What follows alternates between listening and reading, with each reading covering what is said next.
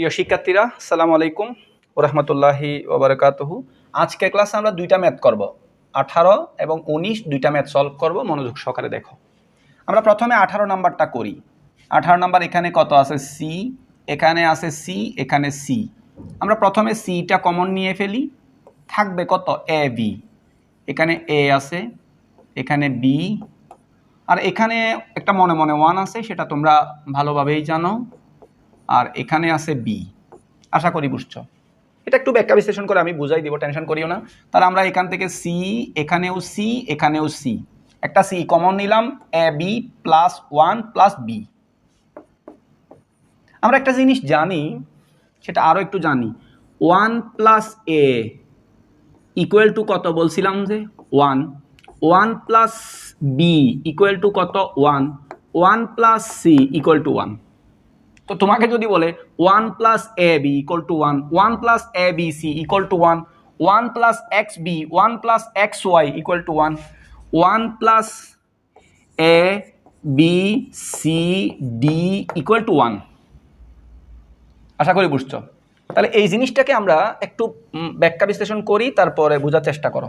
এটাকে 1টাকে আমরা 1 লিখলাম, বি আছে আমরা বি লিখলাম। তাহলে 1 প্লাস বি, এটার মান কত আসবে? কলমটা একটু চেঞ্জ করে নিচ্ছি, বুঝো। 1 প্লাস বি, এটার মান আসবে কত? 1 আসবে। 1 প্লাস বি এর মান 1। আবার এ বি আছে, আমরা এখানে এ বি লিখব। তাহলে 1 প্লাস বি এর মান 1, এদিকে এ বি। তো 1 plus A B equal to 1, অর্থাৎ এই সম্পূর্ণটা ক্যালকুলেশন করলে আসবে কত? 1 আসবে। সি দিয়ে 1কে গুণ করো, সি 1 দিয়ে গুণ করলে সি, মানে এই পুরোটা ক্যালকুলেশন করলে 1 আসবে, সি এর সাথে 1 গুণ করলে সি হবে। এটাই আনসার। 18 নাম্বারটা ইনশাল্লাহ বুঝছি। আমরা 19 নাম্বারটা করার চেষ্টা করি। 19 নাম্বারটা দেখো মনোযোগ সহকারে, কিভাবে কি করি। আমরা এটা কিভাবে করব দেখো। এখানে আমরা লিখব এ প্লাস বি, তারপর লিখব কত? Plus C. আমরা বি সি দিয়ে বি কে গুণ করব। বি আর সি গুণ করলে কত আসবে? বিসি। সি দিয়ে সি কে গুণ করো, কত আসবে? C into C. আমরা একটু মনোযোগ সহকারে খেয়াল করব।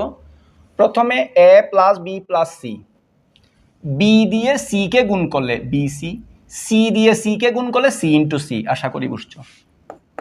তারপর আমরা যেটা লিখব, এখানে এ প্লাস বি প্লাস সি, তারপর এখানে যেটা লিখব আমরা এখানে বিসি, সি আর সি গুণ করলে কত হবে? সি হবে। আশা করি এতটুকু বুঝছো, তাই না? বি আর সি গুণ করলে বিসি, সি আর সি গুণ করলে সি।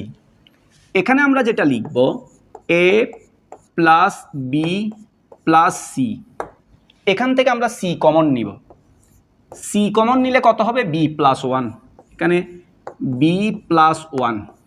আশা করি বুঝছো। আমরা যদি সি কমন নিই, বি প্লাস 1 হবে। এখানে যেটা থাকবে এ প্লাস বি প্লাস সি, আর এখানে থাকবে সি। এই পুরাটার মান কত আসবে? এই পুরাটার মান আসবে কত? 1। খুব ভালো করে দেখো, এখানে আমরা সি কমন নিছি, বি প্লাস 1 মানে 1। ওকে, তারপর আমরা সি দিয়ে, সি এটা 1-এর সাথে গুণ করলে কি না করলে কি, সি দিয়ে এ কে গুণ করো। প্রথমে তুমি সি দিয়ে এ কে গুণ করলে কত হবে? A C.